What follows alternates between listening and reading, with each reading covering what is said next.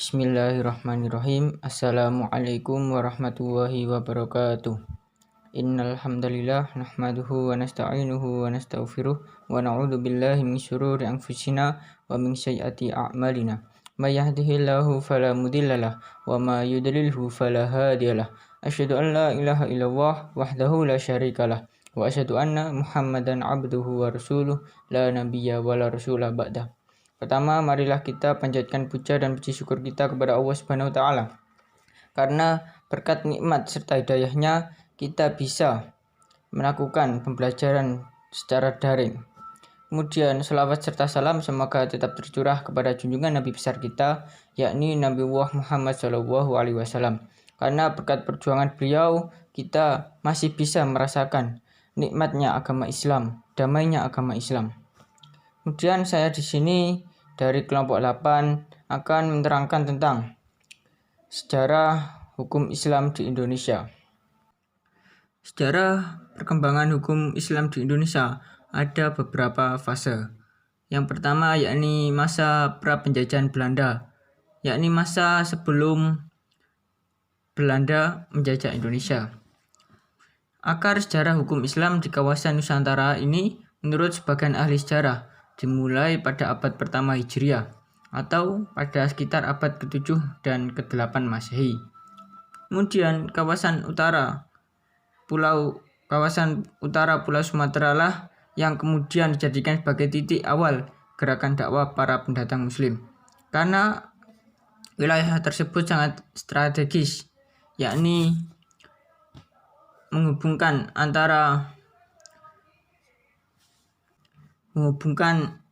antar pedagang dari berbagai daerah.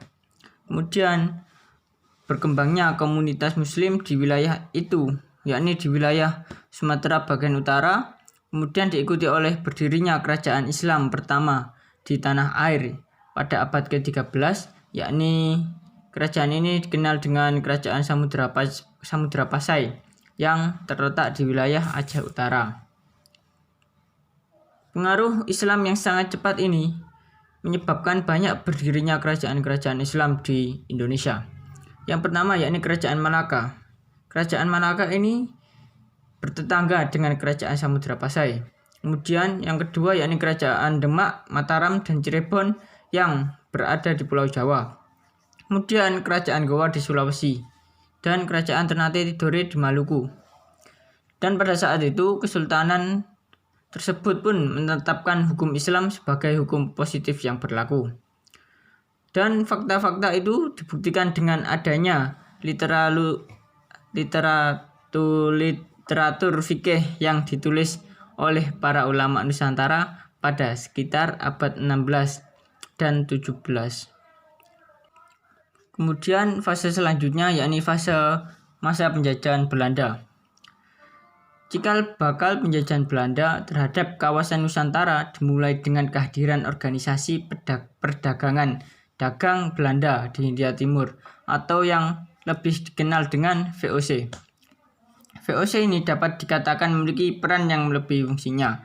Hal ini sangat dimungkinkan sebab pemerintah kerajaan Belanda memang menjadikan VOC sebagai perpanjang tangannya di kawasan Hindia Timur.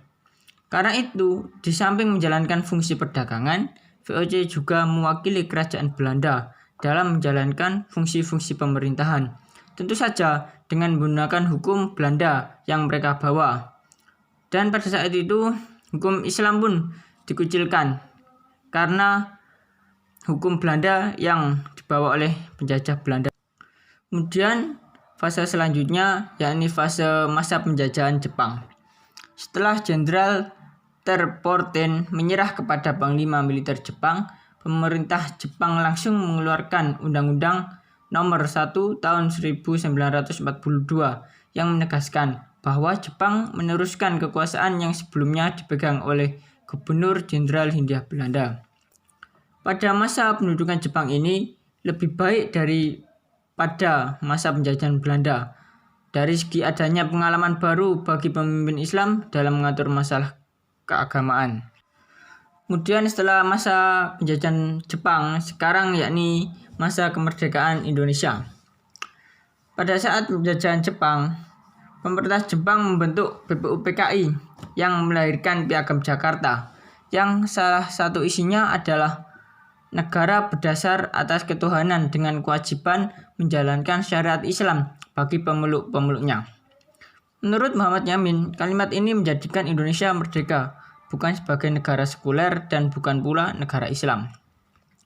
Dan pada tahun 1949, Belanda menguasai beberapa wilayah Indonesia, dan saat itu dibuatlah perundingan atau perjanjian-perjanjian kepada Belanda. Hingga setelah membuat perundingan-perundingan itu, muncullah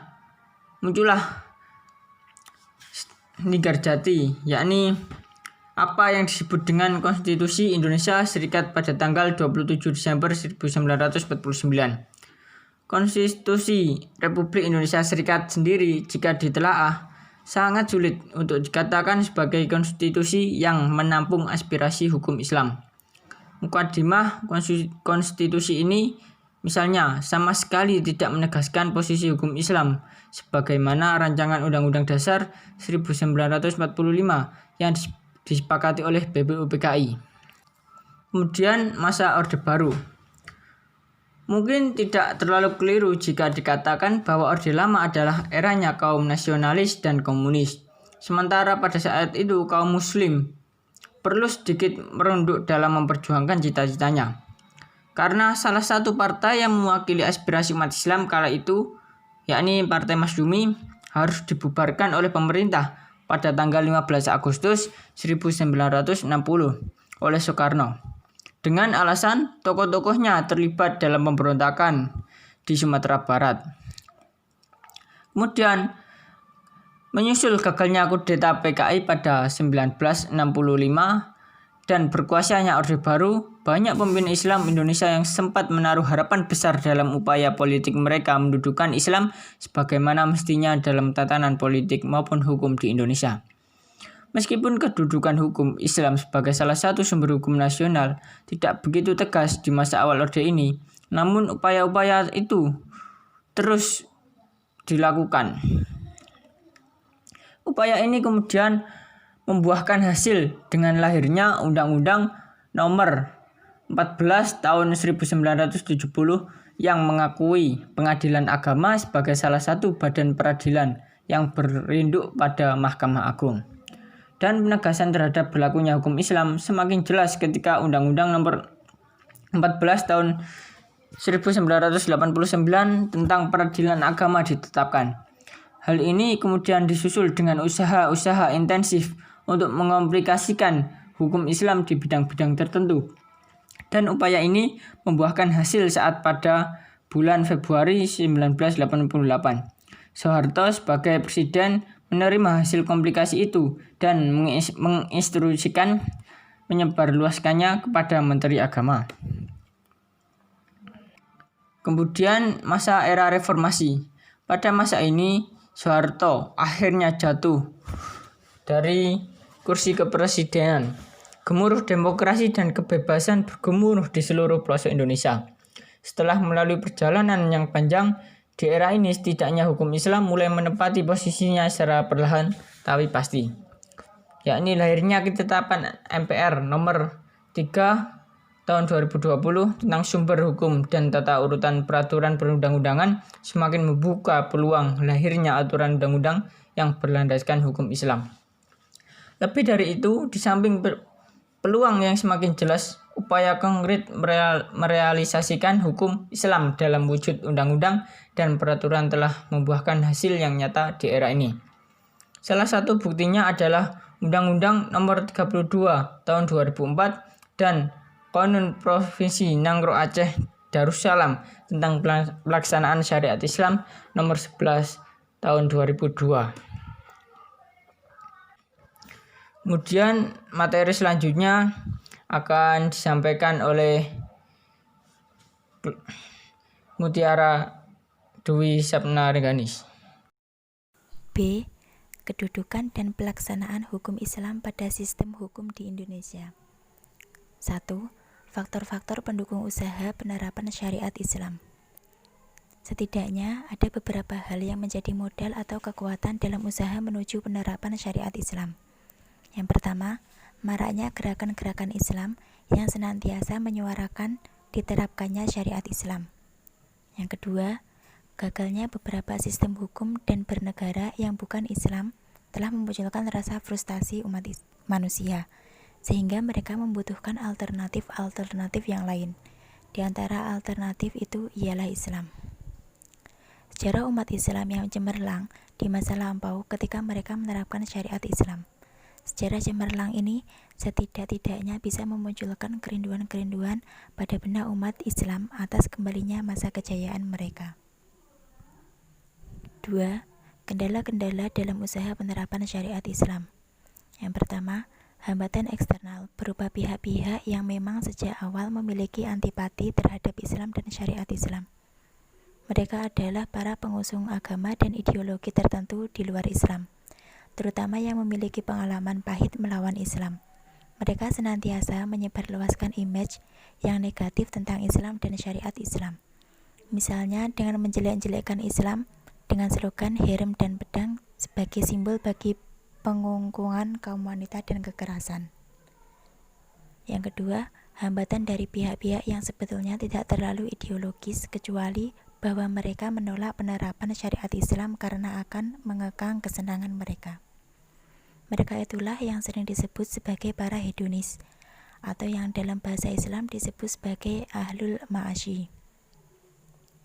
Yang ketiga, hambatan dari pihak-pihak yang menolak syariat Islam karena belum memahami syariat Islam, atau memahaminya dengan pemahaman yang salah.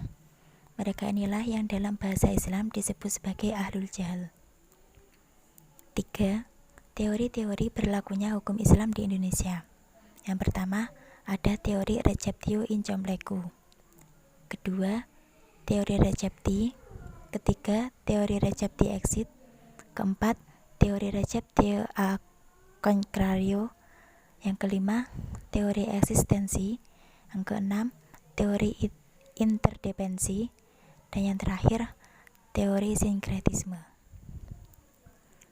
Sekian yang dapat kami sampaikan. Kurang lebihnya kami mohon maaf. Akhirul kalam. Wassalamualaikum warahmatullahi wabarakatuh.